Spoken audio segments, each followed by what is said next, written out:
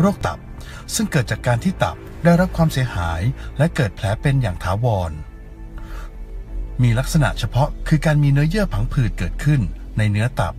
ส่งผลให้การทำงานของตับลดลงไม่ว่าจะเป็นการผลิตโปรตีนการเก็บสะสมสารสำคัญและแร่ธาตุต่างๆการทำลายสารพิษรวมทั้งปิดกั้นการไหลเวียนของเลือดที่ไหลผ่านตับด้วย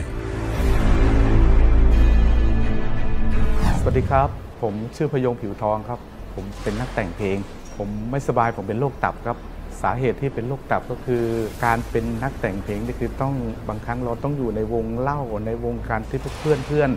เขาดูดบุหรี่อะไรอยู่นั้นนะคือเราต้องไปทำงานกลางคืนด้วยครับกับการที่เป็นนักแต่งเพลงอยู่ในห้องอัดเนี่ยเรามีความรู้สึกว่าร่างกายเราเริ่มเปลี่ยนแปลงไปคือเปลี่ยนแปลงในทางที่ไม่ดีจนวันหนึ่งเราก็ได้ไปหาหมอเราก็ไปตรวจเลือดไปตรวจอะไรนั่นนะคุณหมอก็บอกว่าคุณเป็นโรคตับ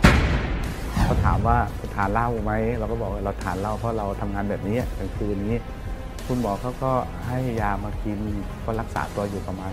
4 ปีในระหว่างที่เรารักษาตัวอยู่ที่โรงพยาบาลมันก็ทรงอยู่ในสภาพแบบว่าอยู่แบบเก่าที่เราเป็นไม่สบายนะครับวันหนึ่งคือพี่ติ๊กแกก็บอกว่าอาจารย์มันมีทางเลือกอยู่ทางนึงนะกับผลิตภัณฑ์ตัวนี้อาจารย์ลองไปใช้ดูอาจารย์ลองเอามากินดูนะเราก็เมื่อพี่ติ๊กแนะนำเราก็เลยลองมาใช้ผลิตภัณฑ์ตัวนั้นครั้งแรกที่ผมกินคือสีชมพูสีม่วงแล้วก็พิกาดผมกินอยู่ประมาณ15 วันปุ๊บร่างกายเราเริ่มเปลี่ยนแปลงมากเลยครับจากที่เราผิวดำเริ่มมีสีมีสันขึ้นมาจากน้ำหนักของเราที่มันเริ่มเพิ่มขึ้นมาเรื่อยๆครับจนเราเริ่มมั่นใจว่าผลิตภัณฑ์ตัวนี้มันใช่จริงๆกับโรคนี้โรคตับที่เราเป็นนี่คือในระหว่างที่เป็นมันทรมานมากเลยครับเราจะอดหลับอดนอนอะไรก็ไม่ได้เราไม่มีเรี่ยวไม่มีแรงในโรคตัวนี้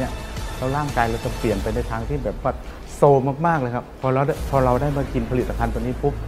ร่างกายเรากลับมาแข็งแรงเรามีน้ำมีนวลมีสีมีสันขึ้นคือตอนนี้ผมเชื่อ1,000,000%เลยว่าเซอร์นิตินเขาดีจริงๆครับ